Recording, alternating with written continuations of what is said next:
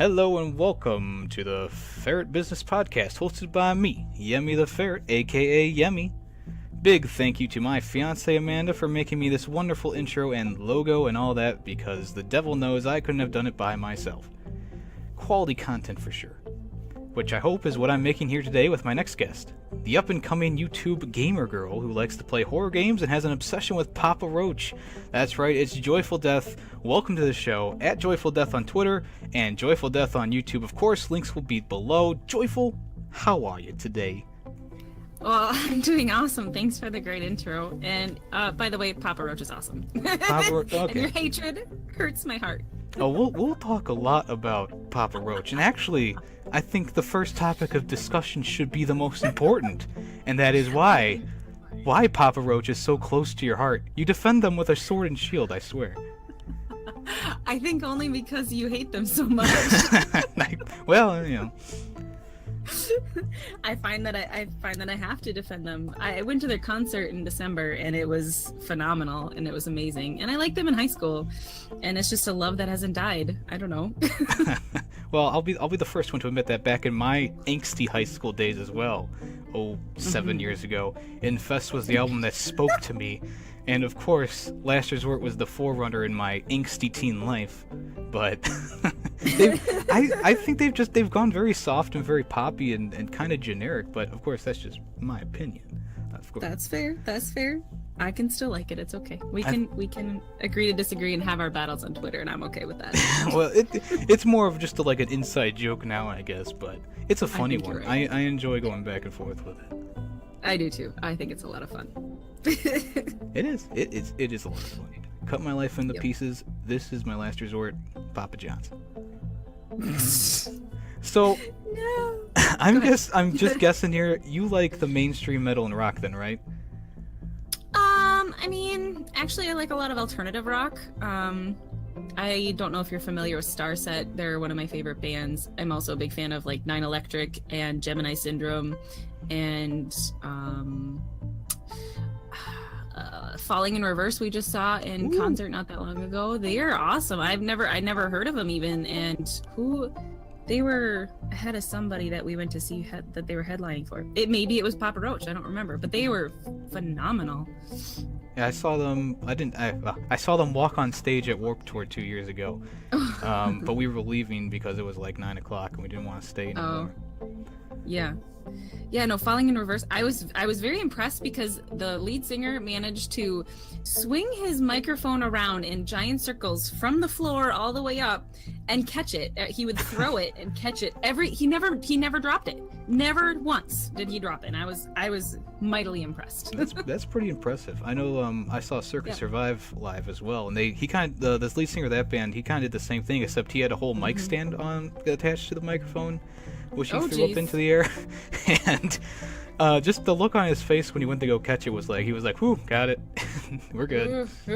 Yeah, thank God. No, So, I didn't see that. Wasn't quite that impressive. Go ahead. What is your favorite band right now then? What would be the number one band? Gosh, I mean, we just saw Starset in concert, and I have to say they put on just a phenomenal show. The lights, and they have a violinist and a cellist that play with them the whole time. Ooh, okay. It is so cool. And at one point they actually come to the front of the stage and sit there and play. And I mean, just the light show and the guitarist and the bassist and the drummer, they're all wearing like spacesuits, and it's lit up, and just everything is just so awesome about them. And then like they had an app on your phone that it didn't work with my phone, but other people could, right? I know. You could get the app on your phone, and you could actually see on your phone like this spaceship land on the stage, which I wasn't able to see. Okay. But other people were able. I could see it on other people's phones, and it landed on the stage, and then all of a sudden, there was a big countdown or whatever, and then when it got to 0, it was this huge bright light on the stage, and then all of a sudden the band members were all on stage, and it was like, oh my God, How did they get there? It's like they landed from their spacecraft, you know what I mean? It was just... That's impressive. That's cool. Yeah, like their whole setup is just ridiculous. It's super super cool. You gotta love bands that do like a real good live performance. Like I just saw Motionless in White a few weeks ago, and they had the whole Halloween theme, and they had like a graveyard set up. It was pretty cool.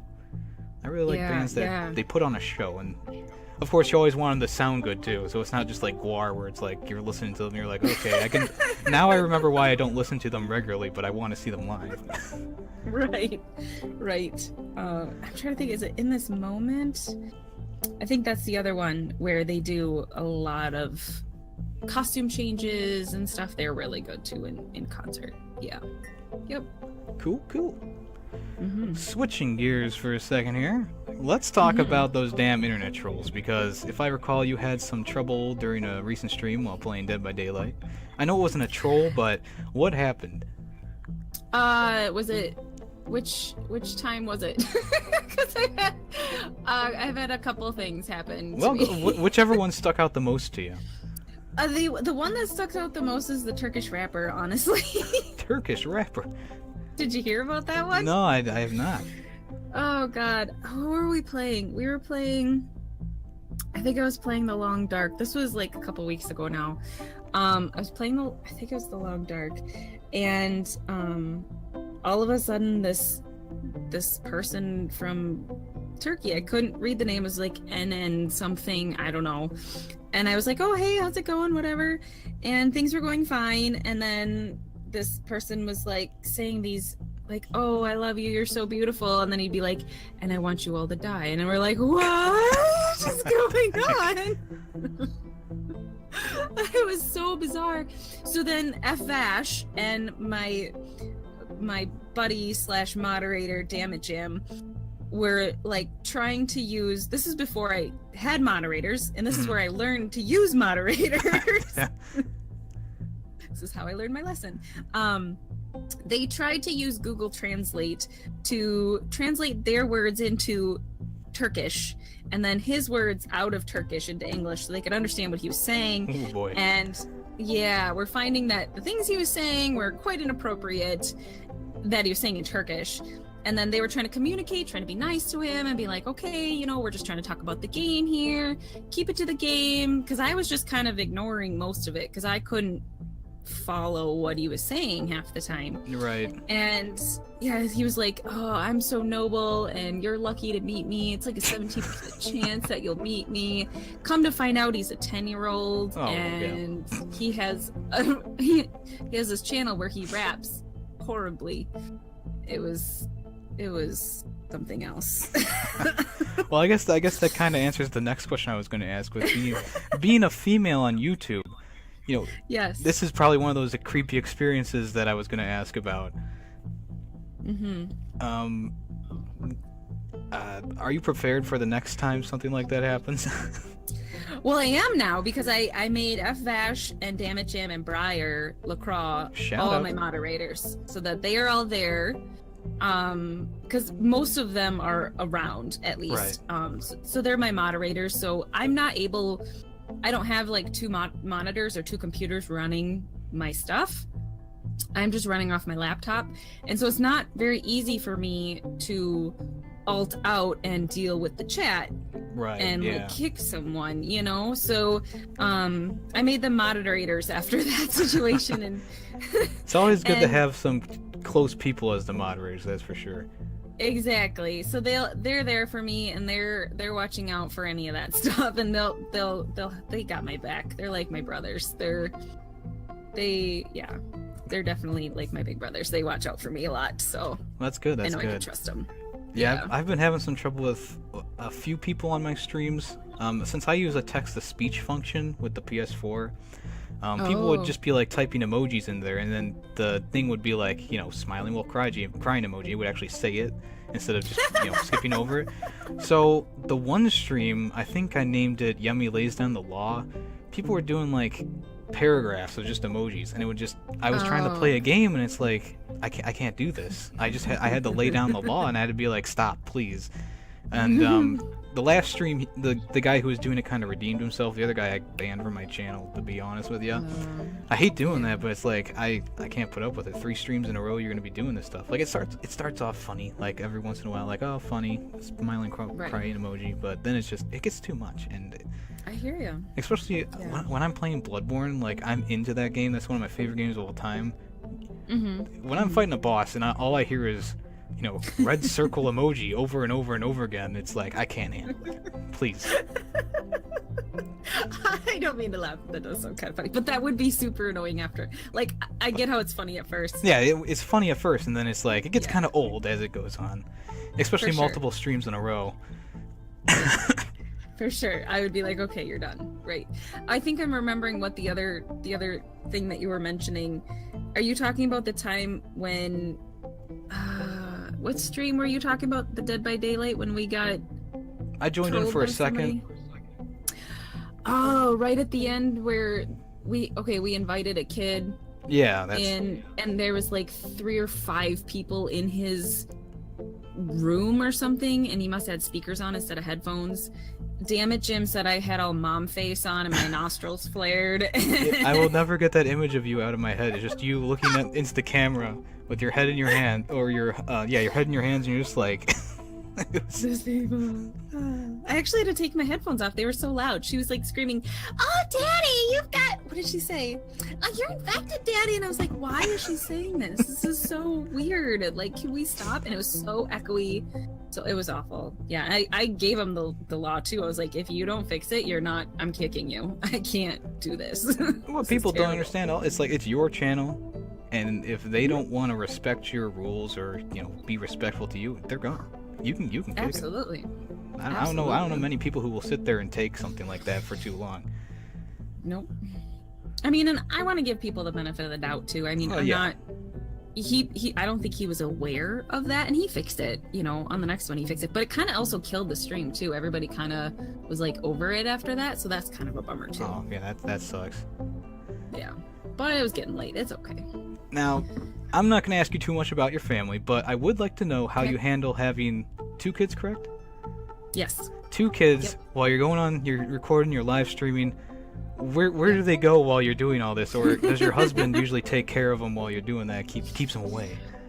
Well, actually, while I'm doing this right now with you, he is over playing Eve online. And I basically tell my family, I say, okay, we kind of talk about it for the day. I say, okay, this is my plan for the day. Excuse me. It's all right. Sorry, I have to burp. You know me. I burp on my streams too. I can't help it. Anyway, I'm gonna, my plan is to stream at this time and this time. And the family, like my husband knows that, Fridays and Saturdays especially are really good stream days. And so we kind of are understanding of and respectful of that time. And I talk with him and I talk with the kids and I say, okay, Mom's streaming at this time, and give them hugs and say, is there anything else you need before I do this? And for the most part, they're pretty respectful. I think they like the idea of getting attention from the streams, so the youngest one tends to speak up sometimes when maybe he shouldn't, but it's okay. I don't mind him speaking up now and then on a stream, as long as it's not too obnoxious. Not right now. No. No. This is not my stream. Go away. I know. But yeah, so most of the time they're pretty respectful when I tell them to be. But yeah, so we make plans, and sometimes I try not to stream until after dark. Yeah, that's probably a good idea. Till after they're in bed. Yeah, are you ever afraid of them walking in during a gory scene during a video game? Because you play a lot of the horror games, so let's say you're playing Outlast and all of a sudden you're going to the part where the guy's dick is hanging out. What would you do in that case? The kids, so this week has been different because we've all been home for spring break. So that's actually different. I actually went down to a 0.5 at my real job, because this isn't really a job. I'd love for it to be a job, but no. But yeah, I went down to a 0.5. So on my days off, is when I typically try to get all my recording done. Oh, okay, yeah. And yeah, so when they're at school is when I try to get most of it done, or after they're in bed, like some of the more scary stuff. That's perfect, actually. Right. So, final question about the family. How does your husband feel about you being on YouTube and growing as fast as you are, really? Yeah. It was his idea, actually. Oh. Yep, he has been encouraging and wanting me to do a channel probably for about 2 years now, because he's always thought my reactions to horror games are hilarious. And he's wanted me to share that with everybody. So, but just because of work, and for a while I was full-time, and then I was only a 0.8, which means like 4 days a week, and then just recently dropped down to 2 to 3 days a week. Mm-hmm. That's the only reason why I've actually been able to start this, is just time, because being a nurse is really exhausting, and so I didn't have time. Yeah, even as a 0.8, it was not enough time. So, but now I have time, and I decided to start it, and he had a wonderful idea. Well, I'm sure all your subscribers and future subscribers are happy that you did that, because really, you're a lot of fun to watch on live streams and in your regular videos. It's a very entertaining show. So, thank you. I'm really hoping that you grow, way above anything that I could probably do. But you're sitting at 260 right now, unless you've gotten more since I wrote this. What are you playing on 300? Is there like a special you're gonna make, or is it gonna be another Q&A? No, I do have a special. I am working on it. It's very hard for me to do editing. I know I've written about it a lot because I hate editing so much. But I do have a special plan. I messaged I don't know what you would call him. He's a music person. His name is Jackson Gamble, and he has a song called Reckless that I thought would be really perfect for the crap I do in my games, because I'm pretty reckless. So I thought that would be awesome. I love that song, and so I'm gonna take that song, because he gave me permission to use it as long as I don't monetize that video, and take some clips of times when I've been reckless and slice it together. So I'm working on that. It's hard, but I'm trying. Sounds like it's gonna be cool. I'm excited. It's gonna be fun. Now let's talk a little Hellblade: Senua's Sacrifice. Sure. Because this game I found it very interesting when I played it. Not only that, not only interesting, but it was pretty intense at times and unnerving. And yes. I know did you recently finish it, or were you around the end? What part you go ahead. I was gonna say I finished recording it, and I have uploaded 6 episodes, and I have episode 7. But again, it is an hour long, and I'm trying to split it. And my recording, my editing software is not handling an hour-long episode very well. So I'm having trouble. Okay. Yeah, I have the same problems too. Yeah. But what part of the game made you most uncomfortable? Because for me, it was the part where you're going through like the light spots. You're going from light spot to light spot, and that like bull demon thing's chasing you. What was the most intense part or most uncomfortable part for you?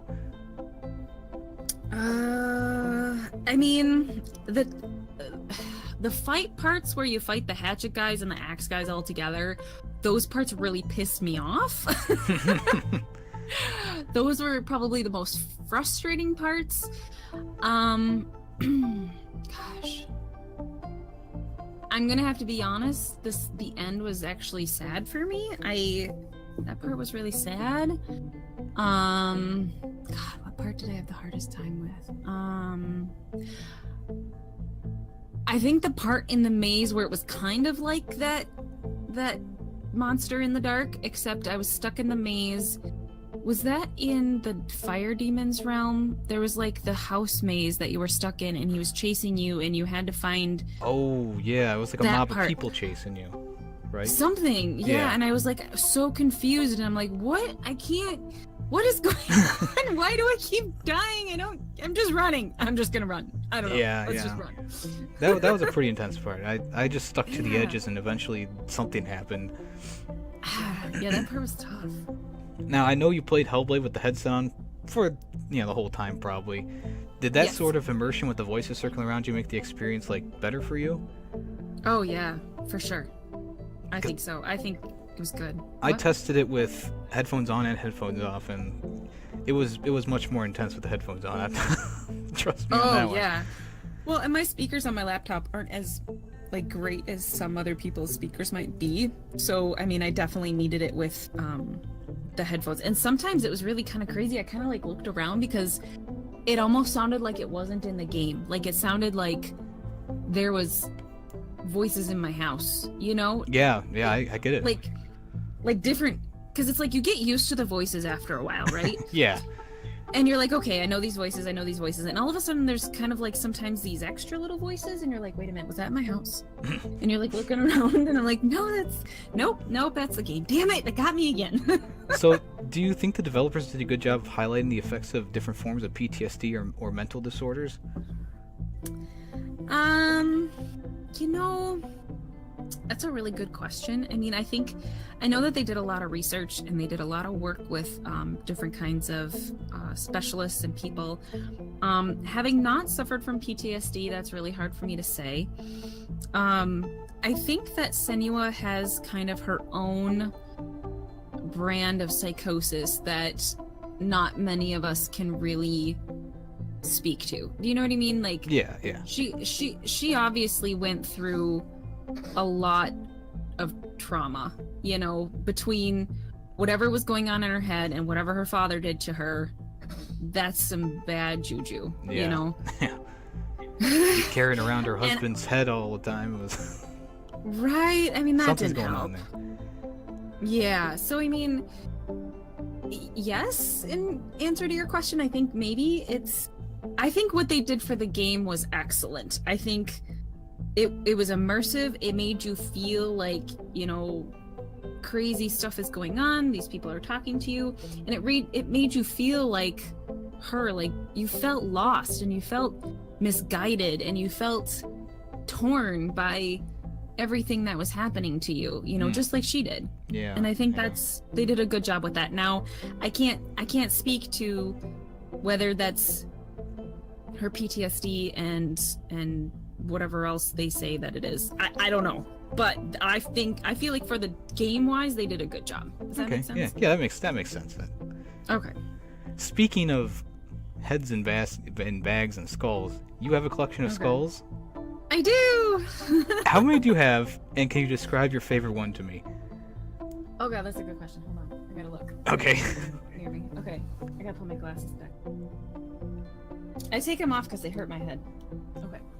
I have 1, 2, 3, 4, 5, 6. I have 2 skull cups and then a dragon skull mug, or it's maybe more dragon bone. Oh, and then 7. There's another skull there. I have a little skeleton dude there, and then I have. I'm not talking to you. I have a bottle of like vodka in a skull, and then 2 little skull shot glasses. And then I also have. I like to buy things from Halloween stores on sale after Halloween. So I hear you. have a. We do that I too. have an. Oh god, I love it. So I have like an hourglass that has skull hands on it, which I love that one. That one's freaking awesome. Ooh, that sounds cool. Yeah, that was one of my favorite finds. So I think 7 skulls plus the skull vodka, and which I've never drank. I just have it because it looks cool. Mm-hmm. And I think my favorite one is the steampunk one that I think was in that one video. I had the white one with the gears and stuff on it. It's probably one of my favorite ones. Oh, okay. Yeah, I think I remember that. Yeah, those are cool. Yeah. I think. Do you find them? Those you said you find them at Halloween stores then, or is there like actually, a special place you go to? The skull ones. Oh, you know, I've seen a couple of them at like Renaissance festivals sometimes. Oh yeah, I'll see them there too. I've seen them there. Sometimes you find them really random places. Like when we go traveling, you might find them at like one of those crazy gas stations that like the travel like gas stations. Yeah. Right? It's like the weirdest place to find that stuff. But they have like, I saw this giant fairy statue. It was like 3 feet tall. I'm like, I want that, but I have no room for it. Yeah, I think I was at Seattle last year, and there was this whole store that was just dedicated to Egyptian stuff. So there was like pyramids and sphinxes and all that stuff. It was all handmade by someone somewhere. It was really cool. I want that.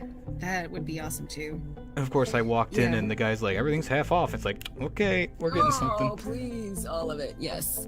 Yeah, our plan with our house is downstairs. We're gonna make it entirely steampunk downstairs. Oh, that's cool. And then upstairs is gonna be Asian themed. Yeah. All right. Yeah.